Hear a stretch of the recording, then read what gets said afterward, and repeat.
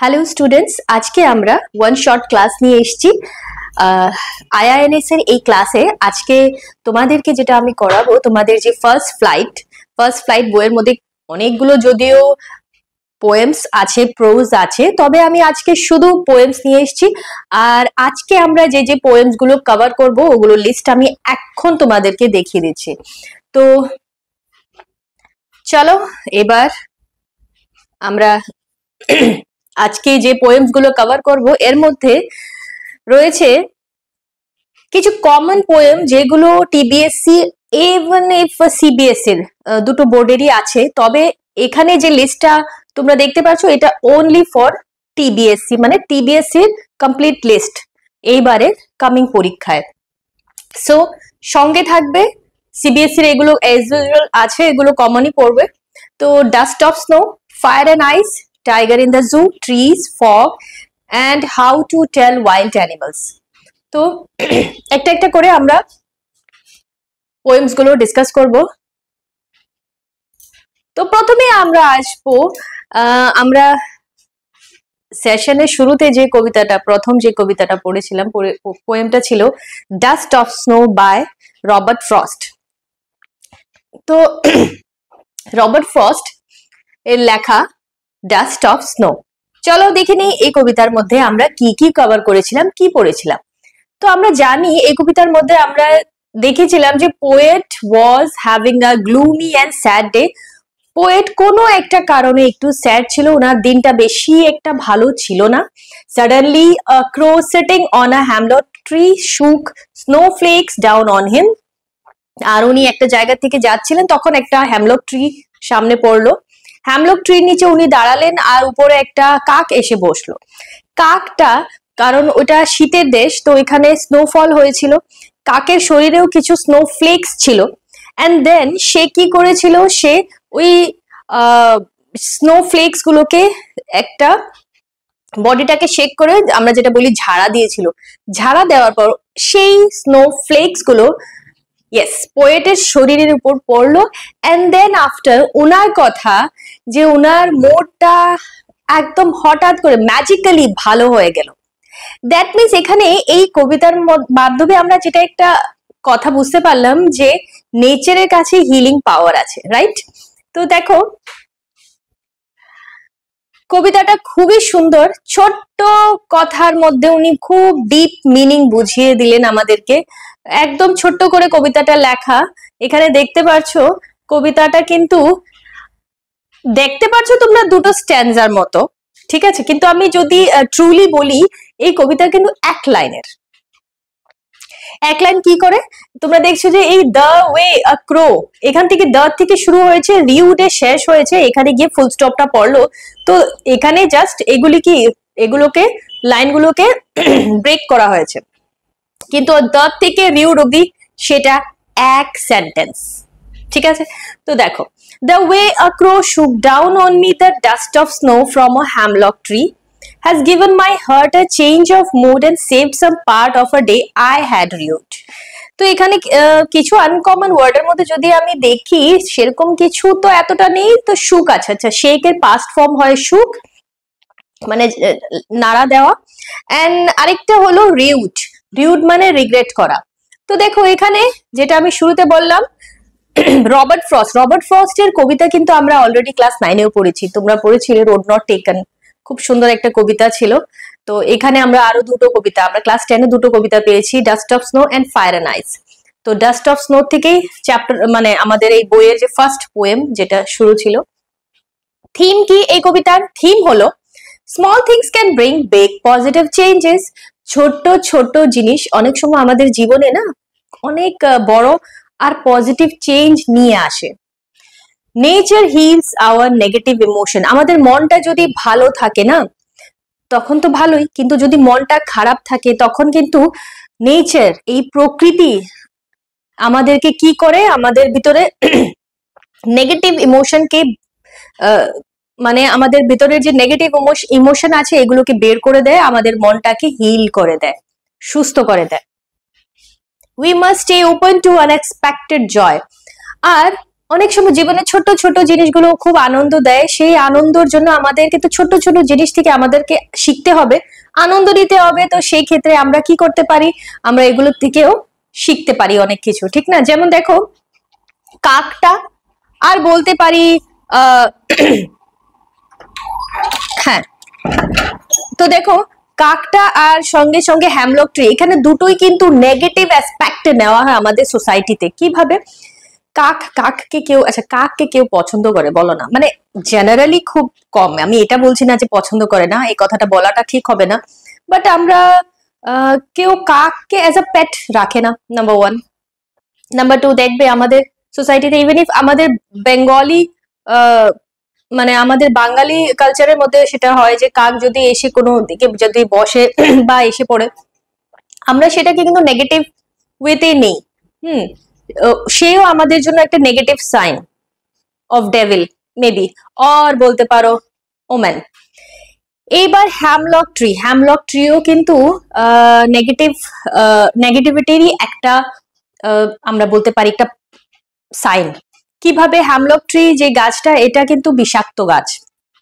আগের দিনে কি হতো, কেউ যদি সুসাইড অ্যাটেম্প্ট করতে চায় তো এই হ্যামলক ট্রির পাতাগুলো বা এগুলো গুঁটোগুলো খেলে মানুষ মারা যেত।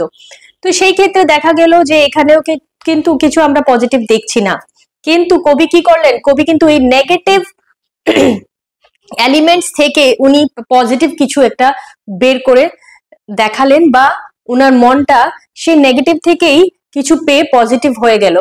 তো দ্যাট মিনস আমাদের সোসাইটিতে আমাদের চারিপাশে এমন অনেক কিছু আছে, আমাদের কি দরকার, আমাদের মনটাকে প্রস্তুত রাখা দরকার যে আমরা কোনো কিছুতেই চট করে মনটা খারাপ করব না বা উদাসীন হব না, ইনডিফারেন্ট হব না। আর সঙ্গে সঙ্গে এই যে প্রকৃতির কিছু এমন এলিমেন্টস যেগুলোকে আমরা মেবি নেগেটিভ ওয়েতে নেই, কিন্তু আসলে তারাও কিন্তু আমাদের মনটাকে কখন আমাদেরকে একটা ভালো কিছু সেন্স, ভালো কিছু ইমোশন বা ফিলিংস দিয়ে যায়, এটা কখনো বলা যায় না। তো সেটাই নিয়ে এই কবিতাটা, ডাস্ট অফ স্নো। তো চলো এবার আমরা দেখে নিই পোয়েটিক ডিভাইসেস কি কি ইউজ হয়েছে। তো নাম্বার ওয়ান ইজ অ্যালিটারেশন। এখানে দেখেছো repetition of sound, sound repeat হয়েছে। কি? যেমন has given my heart saved some part, তো দেখো এইচ এইচ স মানে এস এস, ঠিক আছে? তো এখানে এটার কি হয়েছে, সাউন্ডের রিপিটেশন হয়েছে। Next is symbolism. সিম্বলিজম, এখানে ক্রো মানে কাক আর হ্যামলক ট্রিটা সিম্বল অফ স্যাডনেস বা এভিল, রাইট?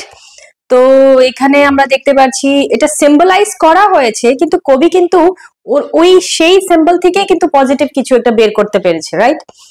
তো যদিও মানে এটা সিম্বলাইজ, আমি এই কারণে বলছি কবি কিন্তু এটাকে কিন্তু স্যাডনেসের জন্য, স্যাডনেসের বা ইভিলের সেন্সে নেয়নি।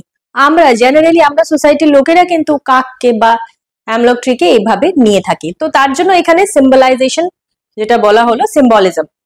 Next is imagery. ইমেজারি মানে যখন কবিরা কবিতা লেখে না, আর লিখতে গিয়ে আমরা যখন ওগুলোকে পড়ি তখন আমাদের মাইন্ডের মধ্যে কিছু ইমেজেস তৈরি হয়, তো সেই ইমেজেস যখন তৈরি হতে পারে এখানেই কিন্তু কবির সাকসেস। তো দেখো ডাস্ট অফ স্নো ফলিং, এই যে কথাগুলো ছিল, স্নোফ্লেক্স কাকের শরীর থেকে পড়ছে, তো এখানে কিন্তু আমার তো ক্রিয়েট হচ্ছে, আমার মাইন্ডে ক্রিয়েট হচ্ছে যে হয়তোবা কবি দেখতে মেবি এমন একটা লোক গাছের নিচে দাঁড়ালেন আর ওনার শরীরে, কাকের শরীর থেকে যে স্নোফ্লেক, ঝাড়া দেওয়া স্নোফ্লেক্স গুলো ওনার শরীরে পড়লো। তো এখানে আমরা দেখছি মাইন্ডে একটা পিকচার ক্রিয়েট হচ্ছে, সেখানে আমরা বলে থাকি ইমেজারি ইউজ করা হয়েছে। এনজ্যাপমেন্ট। এনজ্যাপমেন্ট কি? এনজ্যাপমেন্ট আমি একটু কবিতাতে গিয়ে তোমাদেরকে দেখাই। এনজ্যাপমেন্ট হলো যেমন এখানে একটা লাইন শুরু হয়েছে, দ্য ওয়ে আ ক্রো শুক ডাউন অন মি, মানে এখানে সেন্টেন্সটা কমপ্লিট হয়নি, আবার লাইনটাকে ভাঙা হয়েছে, শুক ডাউন অন মি, আবার এখানে কিছু কমপ্লিট হয়নি, the dust of snow from a hemlock tree. তো দ্যাট মিনস এখন অব্দি কিন্তু ফুল স্টপটা পড়েনি, লাইনটাকে জাস্ট ভেঙে ভেঙে আরেকটা লাইনে যাওয়া হয়েছে। তো এখানে আমরা বলতে পারি যে এনজ্যাপমেন্ট ইউজ করা হয়েছে। তো এবার ডাস্ট অফ স্নো থেকে অনেক রকমের প্রশ্ন থাকে, কিন্তু আমি তোমাদেরকে একটাই সাজেশন দেবো যে তোমরা প্রত্যেকটা কবিতার সাবস্টেন্স গুলো প্রিপেয়ার করে নিও, ঠিক আছে? সো দেখো এখানে ডাস্ট অফ স্নো মানে কাকে রেফার করা হয়েছে? তো ফাইন স্নোফ্লেক্স কে রেফার করা হয়েছে, যেটা পোয়েটের গায়ে পড়ে। What is poet's mood in the beginning? শুরুতে উনি কিন্তু স্যাড ছিলেন, ডিপ্রেস ছিলেন, আর পুরোপুরি রিগ্রেট ফিল করছিলেন যে কি হলো এটা। কিন্তু হ্যাঁ, এটার কারণটা কবিতার মধ্যে মেনশন করা নেই। তো ছোট প্রশ্নের মধ্যে তোমরা আশা করি তোমরা বুঝে নেবে পারবে। এবার বড় প্রশ্নের যদি কথা বলি, এখানে যেমন একটা কোয়েশ্চেন আমি তোমাদেরকে দেখাচ্ছি, describe how a simple natural event saved some part of a day. কিভাবে একটা ছোট্ট প্রাকৃতিক একটা ঘটনা ওনার দিনটাকে একদম চেঞ্জ করে দিল, মুডটাকে একদম চেঞ্জ করে দিল। তো এখান থেকে তোমরা যদি সাবস্টেন্স যদি তোমাদের জানা থাকে, তোমরা ওই সাবস্টেন্সের একটা পার্ট থেকে কিন্তু সুন্দর করে তোমাদের এই ব্রড আনসারটাকে বানিয়ে লিখতে পারবে। তো আমি সবসময় এটাই বলে থাকি যে দেখো টেক্সট পড়ো, ঠিক আছে, টেক্সট পড়ো, পোয়েম যদি থাকে সাবস্টেন্স পড়ো, প্রোজ যদি থাকে প্রত্যেকটা চ্যাপ্টারে মানে লাইন বাই লাইন চ্যাপ্টারটা পড়ো। এবার সেখান থেকে যেখান থেকে প্রশ্ন আসুক না কেন তোমরা কিন্তু অ্যাটেম্পট করতে পারবে। ক্লিয়ার? তো দেখো, the poet was having a very bad day and was feeling regretful.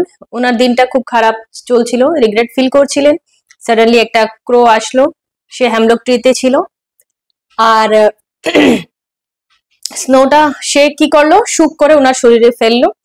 Tiny incident, এই ছোট্ট একটা ঘটনা ওনার মনের মধ্যে আনন্দ নিয়ে আসলো, আর ওনার নেগেটিভ ফিলিংটাকে পুরোপুরি চেঞ্জ করে পজিটিভ বানিয়ে দিল। It reminded him that even unpleasant thing, এটা ওনাকে মনে করিয়ে দিল যে ইভেন আমাদের জীবনে আনপ্লেজেন্ট থিং, যেটা আমাদেরকে হয়তো বা আনন্দ দেয় না, সেই জিনিসটা থেকেও আমরা আনন্দ পেতে পারি, সেই জিনিসটা থেকেও আমরা হ্যাপিনেস পেতে পারি। The event lifted his mood, আর এই ইভেন্ট থেকে ওনার মুডটা একদম চেঞ্জ হয়ে গেল, আর উনি ওনার বাকি দিনটাকে সেভ করে নিলেন, না হলে বাকি দিনটাও এভাবে খারাপই যেত, ঠিক আছে না? তো এখানে ডাস্ট অফ স্নো, চলো আমরা এটা এন্ড করলাম। এবার এটার থেকে আমরা চলে যাই নেক্সট, রবার্ট ফ্রস্টের আরেকটি পোয়েম ফায়ার অ্যান্ড আইস। পোয়েমের টাইটেল থেকে তোমরা বুঝতে পারছো এখানে দুটো জিনিসের কথা বলা হয়েছে, ফায়ার, আইস।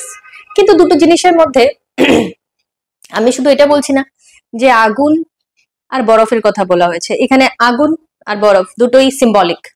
এবার কি ধরনের সিম্বল এটাও তোমরা কিছু কিছু জানো, চলো যেহেতু আমি রিভিশন করাচ্ছি তো তোমাদেরকে শুরু থেকে শুরু করাবো।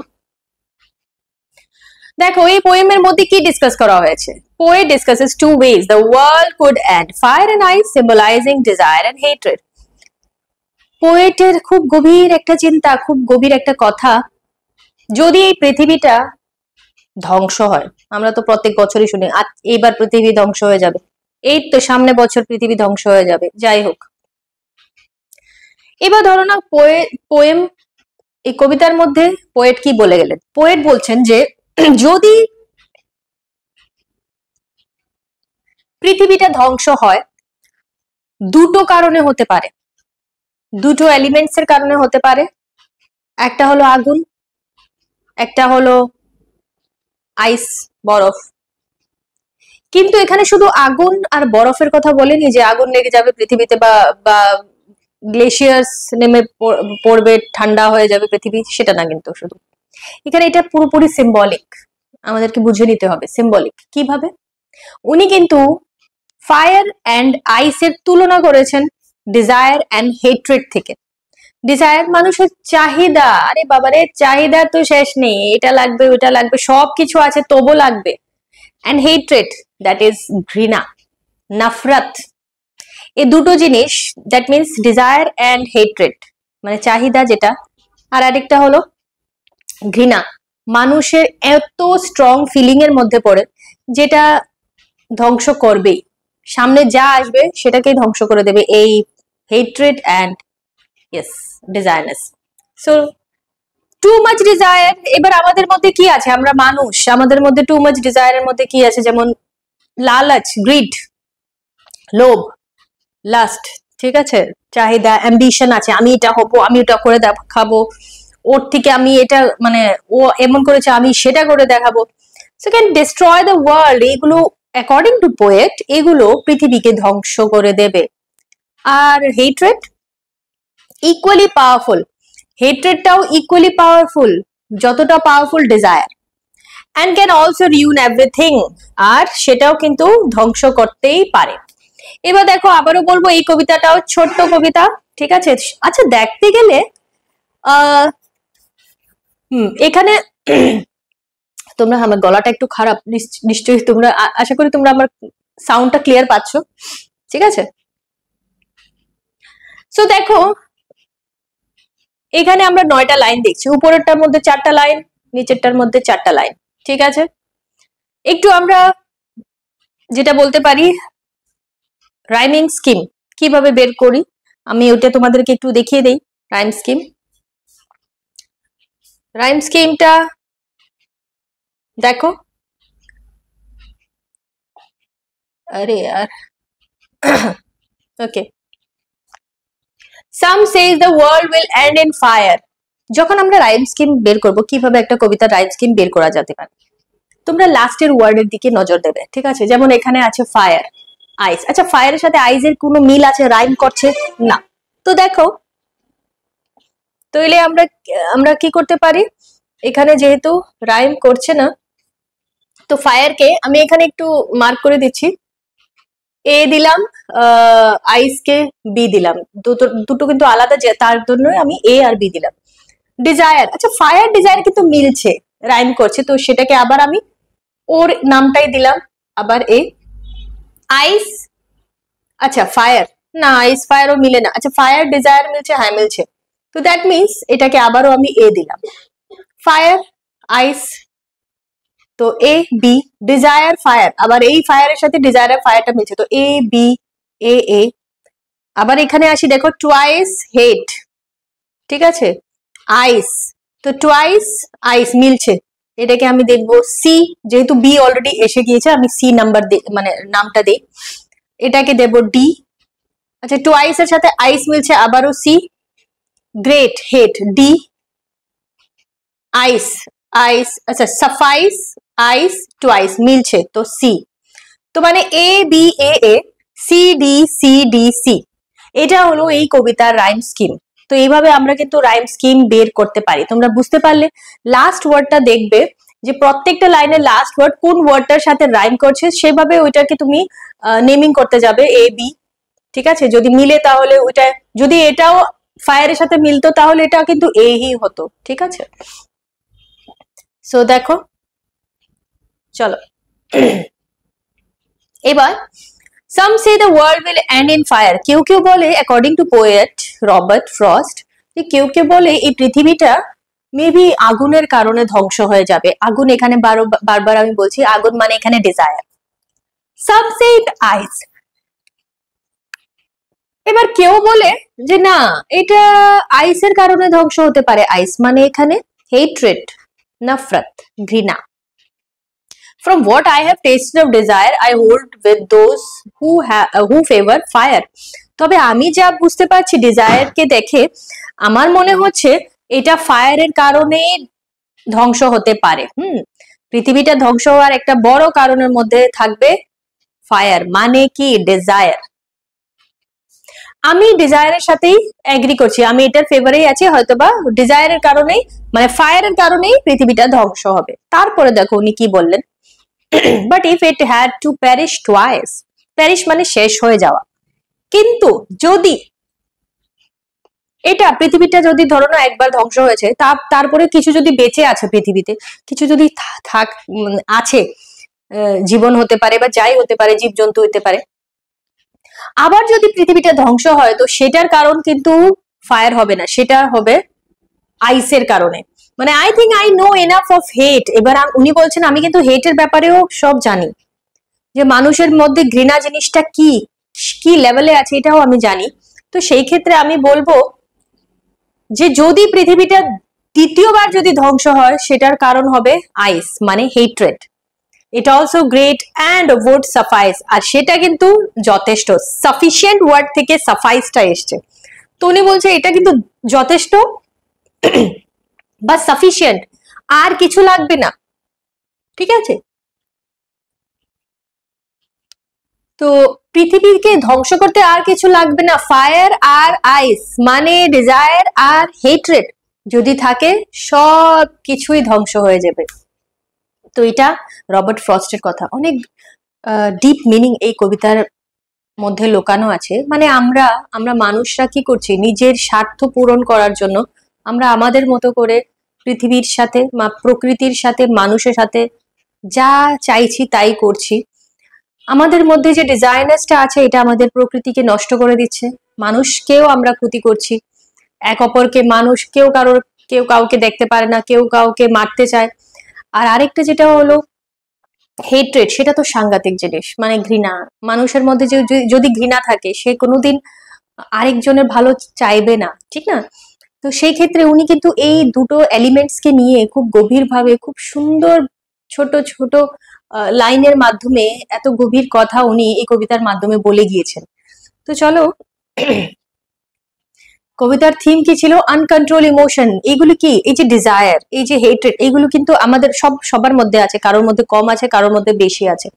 এগুলো আমাদের স্ট্রং ইমোশন, কিন্তু এগুলো আনকন্ট্রোল, অনেক সময় এগুলোকে কন্ট্রোল করা যায় না। সো এই দুটো ইমোশনই খুব ডেঞ্জারাস সোসাইটির জন্য। মেসেজ কি দিচ্ছেন উনি? Extreme feelings like desire and hate can destroy relationships. তো এই যে এক্সট্রিম ফিলিংস আছে না, এক্সট্রিম ফিলিংস এর মধ্যে কি আছে? ডিজায়ার, কি আছে? হেট। এগুলো কিন্তু রিলেশনশিপকে পুরোপুরি নষ্ট করে দেবে, সোসাইটিকে নষ্ট করে দেবে, আর ইভেন ইফ এই পৃথিবীটাকেও ধ্বংস করে দেবে। তো এখানে আমরা দেখলাম খুব সুন্দর কবিতা রবার্ট ফ্রস্টের। এটাও আমি শুরুতেই বলেছিলাম ফায়ার এন্ড আইস কিন্তু সিম্বল হিসাবে এখানে ইউজ হয়েছে। তো সিম্বলিজম এখানে ইউজ করা হয়েছে। অ্যালিটারেশন, ঠিক আছে, ওয়ার্ল্ড ওয়েল, মানে এই সাউন্ডের রিপিটিশন হয়েছে, দেখছো তোমরা। এনজাবমেন্ট, ওই সেই যে আমি বলেছিলাম লাইনটা কিন্তু আবার পরের প্রথম লাইনেই শেষ হয়নি, কথাটা আবার পরের লাইনে কন্টিনিউ হয়েছে, তার জন্য এখানে এনজাবমেন্ট ইউজ করা হয়েছে। ইমেজারি, সেটাই যেন উনি বলছেন না, ফায়ার এন্ড আইস ডিস্ট্রাক্ট করে দেবে, সবকিছু ধ্বংস করে দেবে। এটা কিন্তু আমাদের ইমাজিনেশনে, আমরা যদি ভাবি ইমাজিনেশনের মধ্যে কিন্তু আসে। তো এখানে ইমেজারিও আছে। আচ্ছা, আরেকটা কথা বলি আমি, তোমাদের কবিতা ধরো না, তোমাদের কোয়েশ্চেনের মধ্যে থাকলো যে এখানে কি কি লিটারেরি ডিভাইসেস ইউজ করা হয়েছে। তো এখানে কিছু এমন থাকে যেগুলো কমন, যেমন অ্যালিটারেশন মোটামুটি কমন থাকে, এনজাবমেন্টও কমন থাকে, ঠিক আছে। ইমেজারিও আমরা ম্যাক্সিমাম কবিতা এমনই থাকে যেটা আমরা পড়লে বা শুনলে আমরা আমাদের মাইন্ডের মধ্যে ইমেজেস তৈরি হয়, দ্যাট মিনস ইমেজারিও কমন থাকে। আর সিম্বলিজম, হ্যাঁ, কোনোটাতে সিম্বলিজম থাকে। এখন তোমরা ক্লাস 9-10 লেভেলে পড়ছো, তো ম্যাক্সিমাম কবিতাই সিম্বলিক। তো আমি বলবো এই চারটা একদম কমন, তোমরা কিন্তু এইগুলিকে শিখে ম্যাক্সিমাম কবিতাতে অ্যাপ্লাই করতে পারো বা লিখতে পারো, ঠিক আছে। তো এবার আমরা রবার্ট ফ্রস্টের এখানে ফায়ার এন্ড আইসও শেষ করলাম। কিছু কিছু কোয়েশ্চেন্স আছে, দেখো ছোট ছোট যদিও কোয়েশ্চেন, আমি তোমাদেরকে আলাদাভাবে পিডিএফ এ বাকিটা দিয়ে দেবো, ইম্পর্টেন্ট যেগুলো সাজেশন থাকবে, কোয়েশ্চেন্স থাকবে। আর ব্রড কোয়েশ্চেনের মধ্যে যেমন এটা থাকতে পারে, compare destructive power of fire and ice. এই যে ফায়ার এন্ড আইস যে ডেস্ট্রাকটিভ, এটার ব্যাপারে একটু তাদেরকে কম্পেয়ার করো। তো সেই ক্ষেত্রে তোমাদেরকে আবারও বলছি, কবিতাতে কি করবে? কবিতাতে সাবস্টেন্সটা প্রিপেয়ার করবে। সাবস্টেন্সটা প্রিপেয়ার করলে এবার 6 মার্কসের যদি থাকে, যেটাই আসে খুব সুন্দরভাবে তোমরা অ্যাটেম্প্ট করে আসতে পারবে। আর ছোট যদি থাকে সেটার জন্য কিন্তু ছোট ছোট প্যারাগ্রাফের মধ্যে তোমাদের প্রশ্ন থাকবে, প্যারাগ্রাফ দেওয়া থাকবে, আনসিন প্যাসেজ, সরি সিন প্যাসেজের মতো ছোট ছোট, এটার সঙ্গে সঙ্গে কোয়েশ্চেন থাকবে। কবিতা তোমাদের লাইন বাই লাইন বা প্রোজ, কাহিনী হোক কবিতা হোক, লাইন বাই লাইন পড়া থাকতে হবে, তারপর তোমরা এটা অ্যাটেম্প্ট ইজিলি করতে পারবে, ঠিক আছে। তো এবার এই কোয়েশ্চেনটা চাইলে তোমরা লিখতে পারো, স্ক্রিন থেকে আমি সরে গিয়েছি, ঠিক আছে। পজ করে এখন না লেখে ভালো হবে, কারণ আমি এখন লাইভ নিচ্ছি, তো তোমরা পরে এটা লিখে নেবে। এখন আমি নেক্সট কবিতায় চলে যাচ্ছি, তোমরা পরে আফটার লাইভ তোমরা পজ করে লিখতে পারবে। এইবার নেক্সট কবিতা। চলো, অনেক ডিস্ট্রাকশন আমরা শুনলাম। আবারও আরেকটা কবিতা, কিন্তু এটাতেও ডিস্ট্রাকশনেরই কথা বলা হয়েছে। টাইগার ইন দ্য জু, যেখানে আমরা আমাদের ওয়াইল্ড অ্যানিমালস এর ন্যাচারাল হ্যাবিটেটকে, তাদের ন্যাচারাল পরিবেশকে আমরা নষ্ট করে দিচ্ছি না। ওই সেই যে আমাদের মাইন্ডে কি আছে? ডিজায়ারনেস। কি আছে মাইন্ডের মধ্যে? হেট্রেড। আচ্ছা, এখানে হেট্রেড না, ডিজায়ারটা বেশি। সো দেখো, এই কবিতা কার লেখা? লেসলাই বা লেসলি নরিস, ঠিক আছে, টাইগার ইন দ্য জু। তো আমি মজা করে অনেক সময় এই কবিতার নাম বলে থাকি বাঘা ইন দ্য জু। চলো, তো সামারিতে আমরা আগে আসি। The poet compares a tiger natural life in the wild with its life in a cage. এখানে কিন্তু পুরোটা কবিতার মধ্যে কবি কম্পেয়ার করেছেন যে একটা টাইগার, টাইগার কি কোনো একটা ঘর বা খাঁচার মধ্যে বন্দি থাকার মতন জীব না, কিন্তু আমরা তো রাখছি না আমাদের স্বার্থের জন্য। ওর ন্যাচারাল পরিবেশকে আমরা ধ্বংস করে নষ্ট করে ওকে আমরা কোথায় রাখছি? একটা খাঁচার মধ্যে। তো ন্যাচারাল যে লাইফটা আছে সেটা ডিস্টার্বড, কারণ সে এখন আছে খাঁচায়। So in the zoo, the tiger moves only a few steps, angry but helpless. জুতে তোমরা নিশ্চয় গিয়েছো, এখানেও জুতে গিয়েছো, দেখবে টাইগার কিভাবে মুভ অন করে বা কিভাবে হাঁটাহাঁটি করে। ওর ভিতরের যে সুপ্ত রাগটা, এটা হয়তো বা আমরা বুঝতে পারি না, কিন্তু দেখো একটা কবি কিন্তু বুঝে ফেলেছে। সে কি কয়েকটা স্টেপ নিতে পারে ওই খাঁচাবন্দি সেই ঘরটার মধ্যে, কিন্তু যখন সে ফ্রিলি থাকে, সে একটা জঙ্গলে ঘুরে, তখন কিন্তু একদম রাজার মতো করে যেখানে খুশি এখানে ঘুরে সে, ঠিক না? সো সে এখানে হেল্পলেস, কিছু করার নেই, সে পুরোপুরি helpless. In the forest he should be free to hunt, hide in the grass. ঘাস, এই যখন সে জঙ্গলে থাকে সে হান্টিং করে, আরেকটা জন্তুকে মেরে ফেলে খায়, তো সেটার জন্য সে ঘাসের মধ্যে লুকানো থাকে, ঠিক আছে। সে পছন্দের জায়গায় গিয়ে জল খায়, পছন্দের অ্যানিমালকে যখন সামনে পায় হান্ট করে খায়। But in the zoo he is imprisoned, কিন্তু জুর মধ্যে ওর অবস্থা কি? সে একটা জায়গায় পুরোপুরি বন্দি, জেলখানার মতো, পুরোপুরি সে frustrated. Stares at the stars dreaming of freedom, আর সে শুধু আকাশের দিকে, আকাশের তারার দিকে চেয়ে থাকে। বোধহয় সেও স্বপ্ন দেখে যে আমি যদি কোনোদিন আজাদ হতে পারতাম, স্বাধীন হতে পারতাম। তো এটা নিয়েই এই কবিতাটা, tiger in the zoo. So চলো এবার আমরা যাই কবিতাতে। কিছু ওয়ার্ডস আছে, আমি তোমাদেরকে এখানে বলে দেব, তোমরা যদি মনে না থাকে এই ওয়ার্ডস গুলো লিখে নিও, ঠিক আছে? He stalks in his vivid stripes the few steps of his cage on pads of velvet quiet in his quiet rage. আচ্ছা, স্টকস মানে টাইগার যে স্লোলি হাঁটা চলা করে, দ্যাট ইজ স্টক করা। রেজ মানে সেই সুপ্ত রাগ, সাপ্রেসড অ্যাঙ্গার। আর লার্কিং মানে হিডেন, লার্কিং মানে লোকানো, ঠিক আছে? তো দেখো, he stalks in his vivid stripes, সে ওর এই যে ওর শরীরটা দেখছো তো হলুদ কালারের, যেটার মধ্যে কালো কালো ধারি আছে এইভাবে, হ্যাঁ, সে ওই সেই ওর এই বডি সেই স্ট্রাকচার নিয়ে সে কি করে? সে কিন্তু স্লোলি হাঁটাহাঁটি করে, কিন্তু সে যেখানে হাঁটাহাঁটি করছে এটা একটা জাস্ট একটা খাঁচা, যেখানে সে যতটুকু খাঁচার এরিয়া আছে সেই এরিয়ার মধ্যে সে হাঁটাহাঁটি করতে পারে, কয়েকটা স্টেপস নিতে পারে, কয়েকটা কদম সে চলতে পারে।